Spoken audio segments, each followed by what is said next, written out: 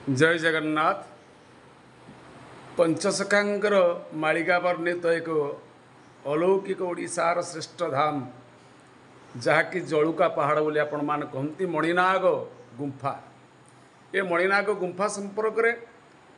बहुत प्रकार महापुरुष मान अनेक अनेक किंवदंती अनेक अनेक मालिका शास्त्र सहित जड़ित प्रामाणिक वस्तु मध्य जगार अच्छी। महापुरुष अच्युतानंद शिवकल्प एकादश निर्घंटर लिखिंट जे जौड़का नाम गंधमार्दन अष्टकूला अष्टनिधि अष्टपाटवंशी जहिरे विश्राम अष्ट वसु मेधा मेदी। अर्थात ना ये जना पड़ी जो आमर गंधमार्दन पर्वत आमर विशल्यकरणी था। विशल्यकरणी आमे माने पुराण पाइचे जे विशल्यकरणी संधान त्रेतया जुगे बजरंगबाली हनुमान को मर्यादा पुरुष रामचंद्र बचैते ताहा ओडिशार एही गुप्त पर्वत मणिनाग गुंफा बा गंधमार्दन पर्वत बोली पंचसखा माने याकु निर्घंट कर। मणिनाग गुंफा महिमा उपार पाताल को द्वार थिबो 200 मुनि सिद्ध साधुचंती कोटिए अछि आश्रम। एठी गोटिए नुही आपण माने जानती एठी 1 कोटी आश्रम अछि बोली महापुरुष अच्युतानंद शिवकल्प एकादश निर्घंटे आकु उपस्थापना करिसंती। खाली सेतिकी नुह 200 मुनि ये जगार लुचिकी गुप्तरे ये गुंफा भितर मध्य सिद्धि प्राप्त होइछन्ति बा सिद्धि करूछन्ति तपस्या करूछन्ति। आ केवल सेतिकी नुहे पाताल को द्वार मणिनाग गुंफार एक महिमा एक आश्चर्य महिमा जहाँ एठी सप्त पाताल को ये जगार द्वार मध्य रही बोली पंचसखा मान एक कथा निर्घंट कर। महापुरुष अच्युतानंद वाल्मीकि कल्परे कौन कहते आपण मानक आम शुणी दौछु। मणिनाग स्थल गिरी गंधमार्दन से मध्य 3 निरीमल स्थान जोगांत मुनि मानकर अटई स्थान तेणुक जौड़का अटई तार नाम। या नाम जौड़का कहीं आला ए संपर्क में पंचसखा माने अति सुंदर भाव में लिखिंट। मुझे अवगत करोछि। जोगांत मुनिमानकर अटई स्थान तेणुक जौड़का अटई तार नाम उपाधि वैष्णव माने अछंती सेठारी सनकादि आसंती जे संध्या समय सनकादिक ब्रह्मादि मुनिषा नारद सारद सहित ये सब मुनि ऋषि माने संध्या समय एठी आसी मध्य ध्यान करती। महाप्रभु वैकुंठ विहारी के दर्शन करती। बाबा वैकुंठनाथंकर निज साधनार प्रारंभ में जौड़कार अवस्थित 2टी गुंफा मध्यरु जोटा ऊपर गुंफारे अवस्थान करते पूर्वर उक्त गुंफारे कहीं अवस्थान करनथिले। तापर महापुरुष अच्युतानंद वाल्मीकि कल्परे आउ गोटे कथा उद्धार कर निकटरे जे खोला स्थान मान सुतैया घेनिण तही थिले रघुनान 2 बखरा जे अटई गुंफागर खेलुथिले रामचंद्र सही जे ठावर। ये 2टी गुंफा रही गोटे गुंफारे रामचंद्र आ गोटे गुंफारे भगवान सीता ठाकुराणी एवं भगवान रामचंद्र ये 2 गुंफारे मध्य लीला करते। महापुरुष अच्युतानंद महागुप्त पद्मकल्प और भविष्यत मालिका प्रकाशित करिसंती। विरूपा कूଳରେ जौड़का नामरे सिद्ध स्थान नियटई पर्वत शिखरे जल रही अछि पद्मेघ फुटिछि तही से पद्म फुटिण अछि जे गरुड़ केही जानी न पारंती अनेक साधु सिद्ध माने मिलिन नाम कीर्तन करती। ये सबू एक अलौकिक महापुरुष मानकर एवं पंचसखा मानकर जो लेखारू जना पड़ुचे कि मुनि ऋषि साधु संत भगवान नारायण नारायणी ये हूँ लीलाक्षेत्र। बाबा वैकुंठनाथ एक भजन में लिखिंट कहे वैकुंठनाथ से वैकुंठ काटी पद ब्रह्मचारी बाबा परमहंस सबु मोह पास न काटिले जीवु सरी जे उपाधि जागतिक व्याधि अपराधी थाए धरी कहे वैकुंठ सत्य इष्ट निष्ठ प्रेम भक्ति सार तरी। अति सुंदर लेखा मान मध्य ये जगार अच्छी मुझे आपण मान दर्शन करोछि। सब गोटी गोटी हुई आपण मान समस्ते देखंतु। बाबा वैकुंठ विहारींगर ये झलुका पर्वत गोटे वृक्ष घरे भगवान राम विराजमान कर माँ सीता बस स्वामी स्मृति भितर गोटे मृदु कलह हो सब विशिष्ट कलाकार ओडिशा सब जाए कौन मोदी जनकर कलह भगवान राम कहते सतरे वृक्ष कितने बड़ भाग्यवान कहे ये वृक्ष भाग्यवान कहीं जीवन में एमती गोटे लताटे पाई जो लता गुड़े सुंदर लाल पड़ी पत्र गुड़ाक देती सुंदर या फुल तेणु वृक्ष भी भाग्यवान लता को जाने आप भूल कहते ये वृक्ष नुह ये लता हूँ भाग्यवती कहीं एभलिया गोटे वृक्ष पाई ये लता देती सुंदर फल वृक्ष लता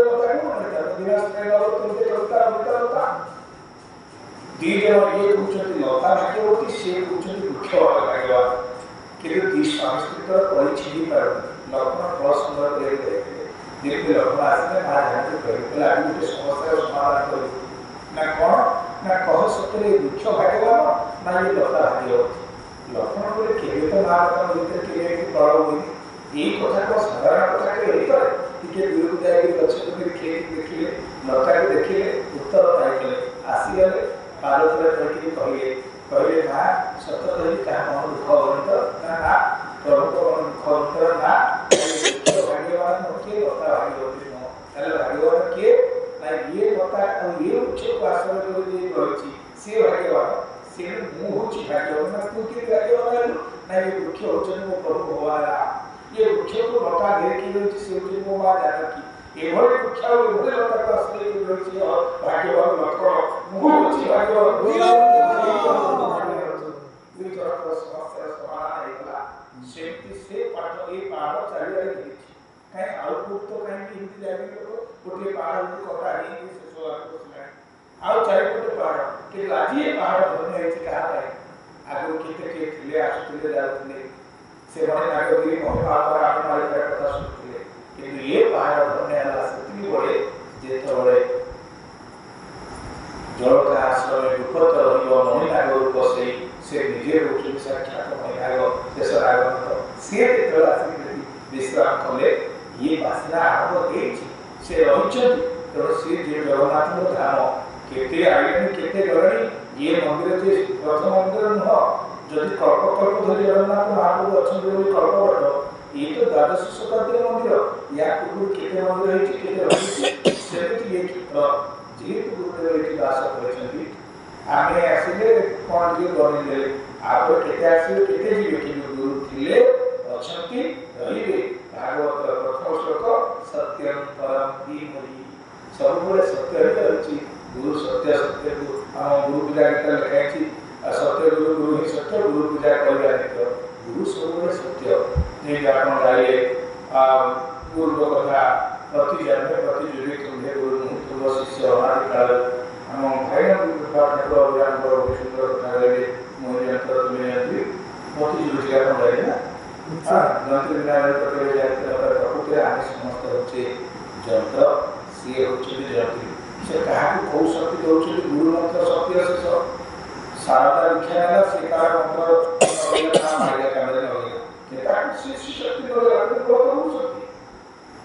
आमे से गुरु मंत्र शक्ति अशेष शक्ति दिए इलेक्ट्रिक कर गोटी आई महिला को ध्यान आसला सी आसिक फैन को घुरौची लाइट को जलाऊँच हीटर को हिट करुँच कूलर को कूल करुँच एसी थंडा करुँच शक्ति गोटे ना दीटा शक्ति गोटाए किंतु जो जिनस घुर बल जल माइक साउंड सृष्टि कर गुरु मंत्र जो अशेष शक्ति अच्छी बाबा कहते गुरु मंत्र शक्ति अशेष काल काल काल वर्ष नाम पवित्र मह जीव श्रेष्ठ धर्म गारे श्री गुरु महिमा दस गुरु पूजा करवास तेणु सी मंत्र हूँ ठीक बात लगे जो लगे मो मंत्र मत लिखा